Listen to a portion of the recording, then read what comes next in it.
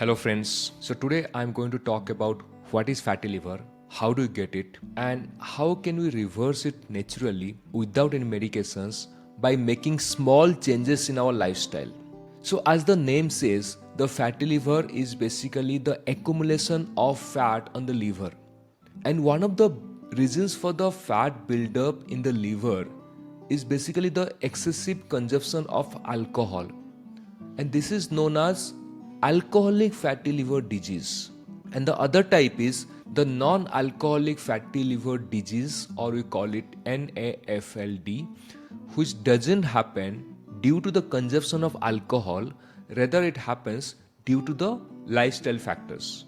Now, the non-alcoholic fatty liver disease is currently emerging as an important cause of liver disease in our country. So, as per the Indian Health Ministry, 30% people can have NAFLD, and this is currently growing as an epidemic.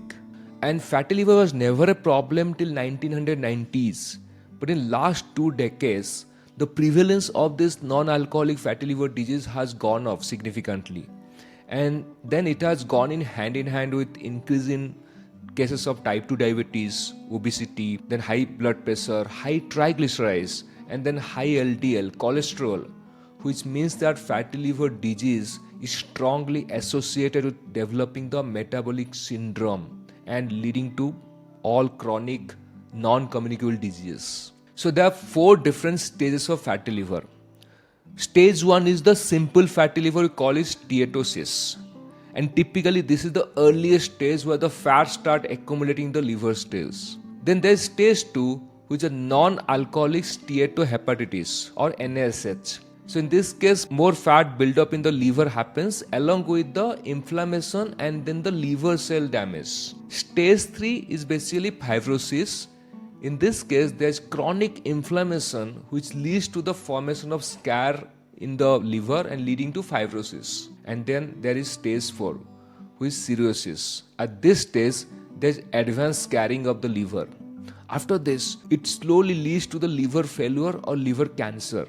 So at this stage, a liver transplant can be the only option because the liver loses all the capacity to regenerate. Now, the non-alcoholic fatty liver disease is often called a silent killer because it usually doesn't cause any kind of pain and any kind of symptoms. It typically is asymptomatic. So most of the time, people are not aware of their conditions. Generally, the progression of fatty liver is very gradual. It might take years, 10 years for fatty liver to move from stage 1 to stage 3 or stage 4. But the good news is that the progression of fatty liver disease can be managed or even reversed if you are in the early stage of the disease by making certain lifestyle changes. Hello all, welcome to my channel. So this is Jagan here, and after my studies in IIT Kharagpur and working in corporate for 17 years, I co-founded Fume, where we have helped and transformed over 4,000 plus people. So at Fume, we just don't focus on weight loss. We dive deeper into improving your metabolic health and longevity so that you can live longer, a disease-free and medicine-free life. And in today's video, I'm going to share with you my top 5 tips for reversing and managing the fatty liver disease. And why do I say it so confidently? Because I was also having fatty liver in 2019 and I have reversed it myself. And not only that, I have also seen many of our patients, they also follow simple instructions and they have moved from the grade 2 or grade 3 to a normal liver. So now let's get on to this. So to understand how to reverse the fatty liver, we need to understand what causes it in the first place. See, the fatty liver is caused because of the consumption of sugar. And when we talk about sugar, there are 2 main molecules. One is glucose, which is the main sugar which you can find in many of the starches or daily food which you eat, like bread, flour, rice, potatoes. And there's another sugar which is known as fructose. Now, glucose is basically the main source of energy, and glucose can be metabolized by each and every cell of your body. For example, your heart, your muscles, your kidney, your liver, all of them can use the glucose for energy. The problem with the fructose is that none of your body cells can metabolize fructose. So all kind of fructose what you eat essentially goes straight into the liver, and there it gets stored as a triglyceride or the fat. Now small amount of fructose is okay to eat, but it becomes a problem when you eat excess amount of fructose, either in the form of sucrose, which is glucose and fructose, or table sugar, or in the form of HFCS, we call it high fructose corn syrup. And high fructose corn syrup is added to all kind of packaged, all kind of processed food, like baked goods like candy, chocolates, ice cream, desserts, soft drinks, processed snacks. So the consumption of fructose, it sets off a whole cascade of changes in our body, which actually leads not only to fatty liver but also to other kind of health conditions like diabetes, heart disease, dementia, or even many kind of cancers. Now, what also makes fructose unique is that it doesn't trigger the leptin. See, the leptin is basically the hunger hormone. So when you eat any kind of food, the leptin levels rise, and it gives you the signal to the brain that the body has received enough energy. And this actually helps you to reduce the hunger and promote a feeling of fullness. Now, when you consume any kind of food which is high in fructose, the brain doesn't receive any strong satiety signal, and this makes it so easier for you to overeat. So there was a research was conducted where the scientists randomly assigned mice to receive a high fructose diet or a controlled diet with the equivalent calories from the cornstarch. And cornstarch typically that breaks down to glucose, the sugar which the body cells use for energy. And it was observed within few months, the mice who were on the high fructose diet, they started developing fatty liver, and they had a greater rate of the liver tumor as compared to the mice who were on the control diet. And the team also found that the mice who were fed on a high fructose diet for a longer period, they started showing the deterioration of their intestinal barrier. What it means that the mice were actually having the condition of leaky gut, where the bacteria and the toxins, they were leaking into their bloodstream, and the liver of these mice were inflamed, right? So the first thing you need to understand is that you need to limit the high fructose food. That is the most important thing. But the question is, how do you avoid fructose when it is part of our diet in most of the time? Now see, fructose is basically simple sugar which naturally is found in fruits, most of the fruits like banana, apple, orange, you name it. And we have been consuming this for hundreds and thousands of years. But the amount of fructose that you are getting from the fruits, it is harmless, because we consume very small amount of fruit first of all, and it's very difficult to overeat on top of that. Plus, fruits have fiber, so it actually slows down the absorption of the fructose in the body. So it's pretty much safe to eat fruits and other source of fructose, which is very natural in fact. What we essentially need to avoid is basically industrialized fructose, which is like the processed food like sugary drinks. And what is also very much important to understand, to avoid other drinks which is claimed to be healthy but have lot of hidden fructose. For example, packaged orange juice, packaged apple juice, right? And these are level like 100% natural, no added sugar, right? But these have actually high concentration of fructose. And many times we have observed these fruit juice who are packaged ones, they are often, many times they are processed and they have removed all fiber from that. So it makes so easy for the fructose to be rapidly absorbed in the body, and then it gets stored as fat. Then we also need to avoid any kind of flavored and low fat yogurts, right? Like strawberry yogurt, like mango yogurt. If you see this kind of yogurts, actually what happens, these contain many kind of added sugars or some kind of fructose based sweetener, artificial sweeteners, to improve the flavor of that. Specifically some of the low fat yogurts, the fat is actually replaced with sugar, right? So we need to avoid all that. We also need to avoid any granola or any kind of breakfast cereals like mueslis and all kind of like instant oats, energy drinks, health drinks, sports drinks, dry fruits like cranberry, raisins, prunes, energy bars, then ketchups, salad dressing. So anything which claims to be healthy, you need to double check. So first we need to check for the labels on the product. If there are too many ingredients which are mentioned, or there are ingredients which you do not understand by reading the name of it, then you need to be very cautious about the sugar which is hidden in the product. So next one, take a high protein diet.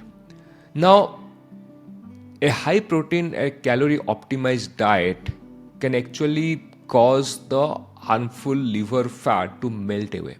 And that has been seen that it has been more effective than a low protein diet. So there was a study was conducted with 19 obese people with the NAFLD. That means they had the fatty liver. Then they were asked to follow either a diet which is a high protein or a low protein for 3 weeks. And subsequently they went through the bariatric surgery to remove the fat from the body and to treat the obesity. And then the liver samples from these people are collected. And samples were analyzed, and then it was observed that the liver fat content in the high protein group has decreased by around 40%. And the amount of fat in the liver sample of the low protein group has not changed at all. So there's a huge difference if you are taking a high protein diet. That means you need to up your protein intake on daily basis. Typically, if you're looking for weight loss, which is definitely important for your fatty liver, and you're looking for fat loss, you need to take at least 1.6 to 2.2 gram of protein per kg of your body weight. That means if you're 70, target something like 85 gram of protein, 85 to 95 grams typically, right? So third one is that do not start your day with the carbs. See, this is what many of us do mistakes in India. We try all kind of easy things to start with, something which is packaged, something like carbs, parathas and everything. It is not good to start early in the morning. You need to have high protein breakfast. And typically, how it helps is that taking more protein in the morning can have significant benefits for your health, for your energy, and also for the metabolism. The good part of protein, is that it's highly satiating. That means it keeps you feeling full longer. And you are very less likely to feel hungry in the afternoon. That means it will reduce your urge for the snacking, any kind of sugary or high carb diets.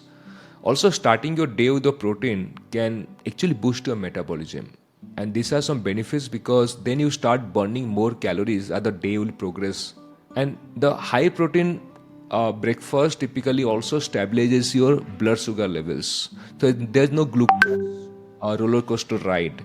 That means there's no sugar crash which generally happens in high carb breakfast that you can avoid if you are on a high protein breakfast.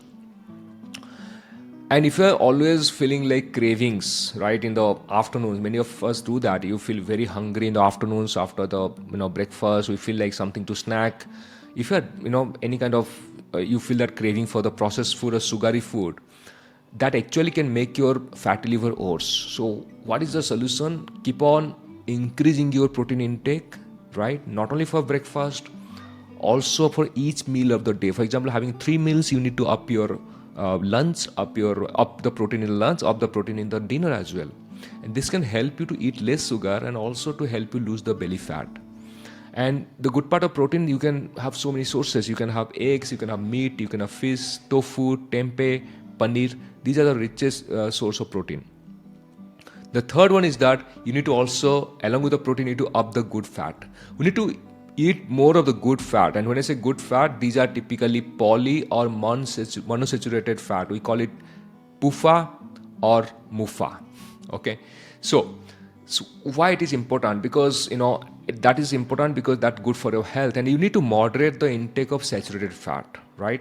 So there was a study was conducted on the humans with the NAS, and they have confirmed the beneficial effects of a MUFA-rich diet on the oxidative stress. And for this MUFA and PUFA, you can target walnuts, you can use flax seeds, chia seeds, which are very high in omega-3. Antioxidants specifically, and also fiber, and this can actually support your liver health and also reduce any kind of inflammation. And then you can use extra virgin olive oil, which is rich in monounsaturated fat. And this can also reduce your fat in the liver and also can improve the liver enzyme levels. And you need to avoid any saturated fat like, palm oil, red meat, full fat dairy products. Even coconut oil is good because it has MCTs, which is really good for somebody having fatty liver. But again, it has a very high saturated fat. So please keep in mind that you don't have to stop eating the saturated fat. It is okay to eat, but only thing is eat in moderation. Don't just binge on that. Next point is you need to do exercise, right? When it's exercise, it is not about walking. It's not about just doing any kind of cardio exercise. That is obviously you have to do, but more important for you to do is to do strength training.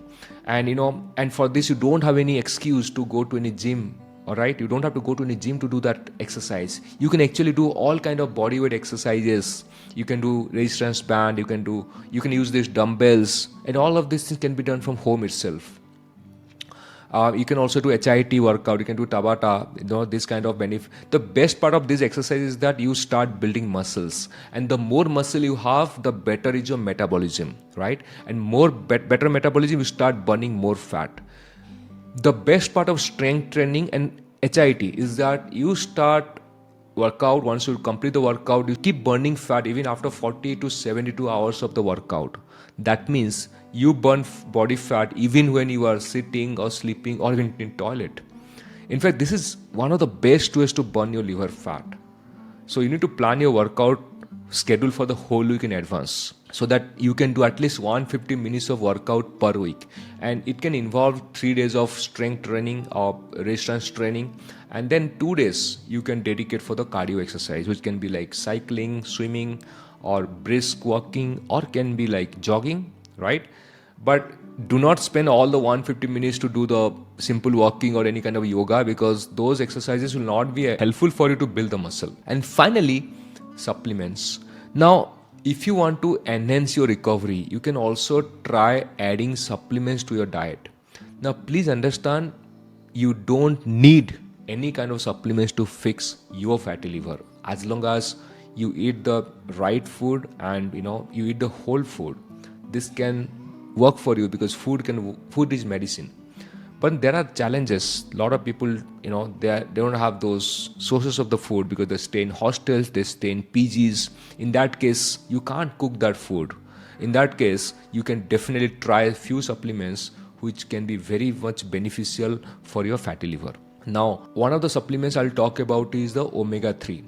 Right, because omega-3 has DHA, okay, and krill oil also another supplement, omega-3 or krill oils. So these have the DHA, and DHA, this actually, so we have seen that people have got some improvement in their liver health because of taking omega-3, and this reduces the liver fat.